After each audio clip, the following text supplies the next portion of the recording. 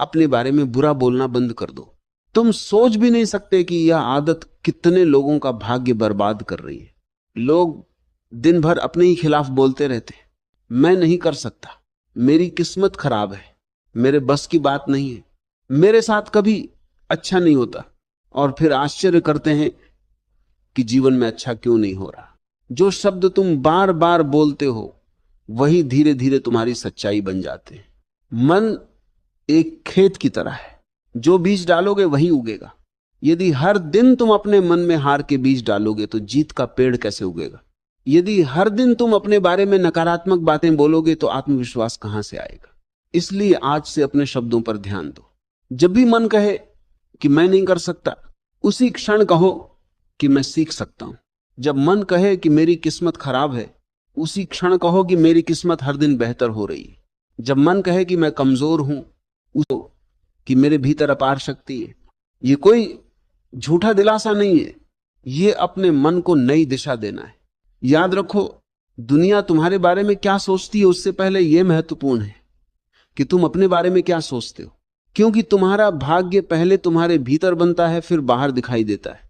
और जिस दिन तुमने अपने बारे में सम्मान से बोलना शुरू कर दिया, उसी दिन से भाग्य के दरवाजे खुलने लगते हैं।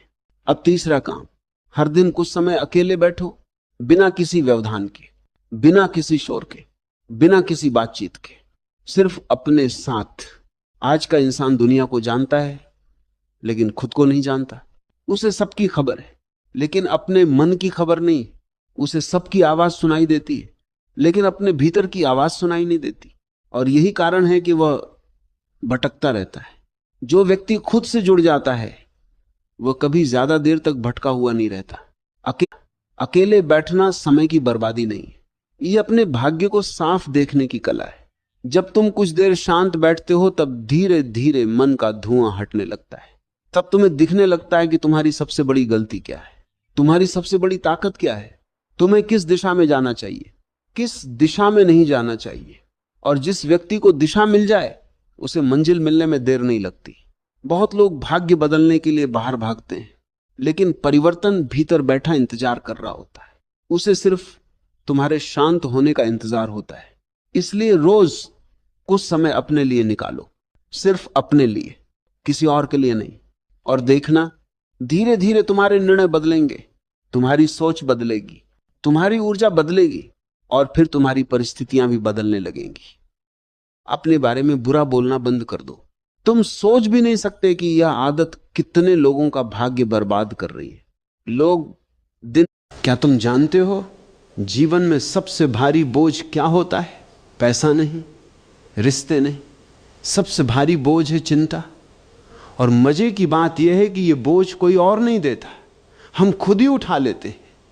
जो बात अभी हुई भी नहीं उसके लिए मन पहले ही डरने लगता है, जो घटना आई भी नहीं उसके लिए मन पहले ही कांपने लगता है, और जो दुख अभी हुआ ही नहीं उसके लिए मन पहले ही रोने लगता है। यही मन का सबसे बड़ा जाल है। मन वर्तमान में नहीं जीता, वो हर पल किसी अनदेखे कल की छाया में भागता रहता है। और जब तक मन भागता है जीवन छूटता रहता है। चिंता का अर्थ है अभी के जीवन को खोकर कल के भय में फंस जाना। चिंता का अर्थ है जो मिला है उसे भूल जाना, और जो नहीं मिला उसके पीछे रोते रहना। ऐसा मन कभी संतुष्ट नहीं हो सकता, क्योंकि इसका भोजन ही बेचैनी है। ये मन जितना है उतना ही कम जीता है। एक साधारण आदमी और एक जागृत आदमी में यही अंतर होता है। साधारण आदमी चिंता करता है क्योंकि वो जीवन को नियंत्रित करना चाहता है। जागृत आदमी देखता है क्योंकि वो जीवन को समझना चाहता है। साधारण आदमी हर चीज पर पकड़ बनाना चाहता है, जागृत आदमी हर चीज को बहने देता है।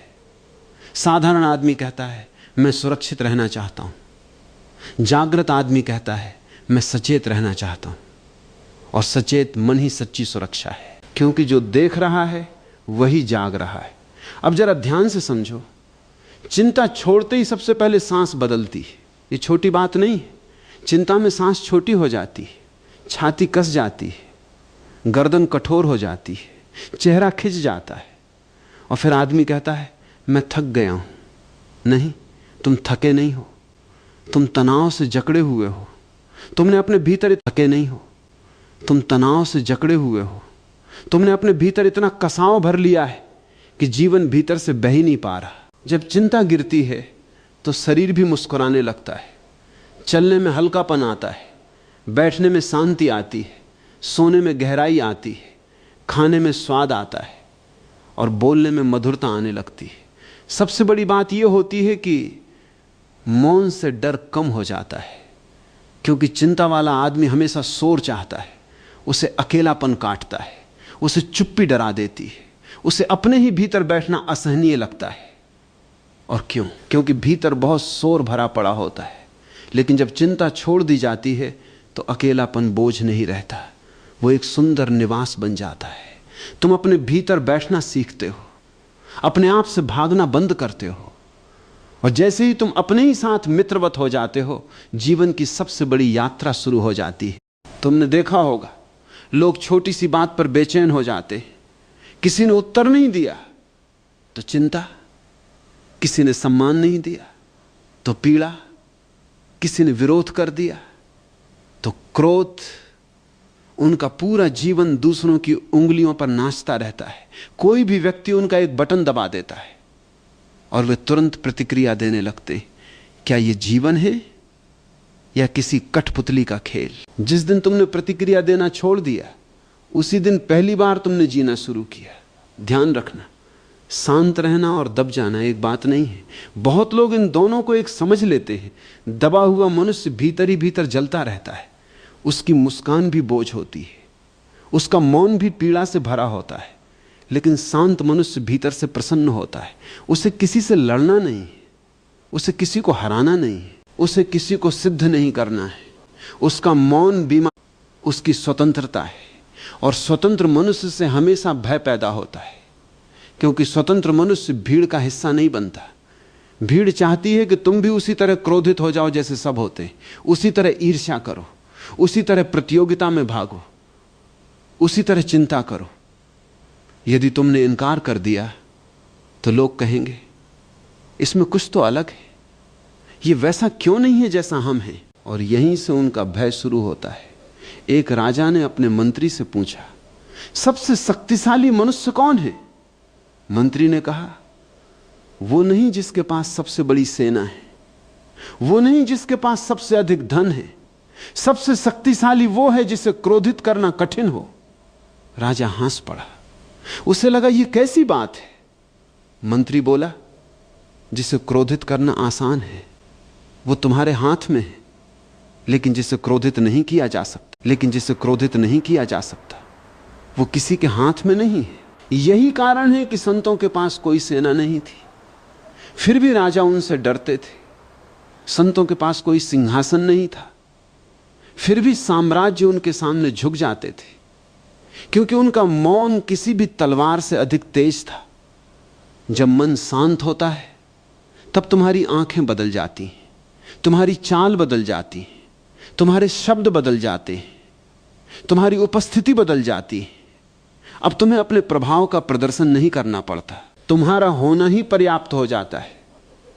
और लोग अनुभव करने लगते हैं कि इस व्यक्ति के पास कुछ ऐसा है जिसे शब्दों में नहीं बांधा जा सकता।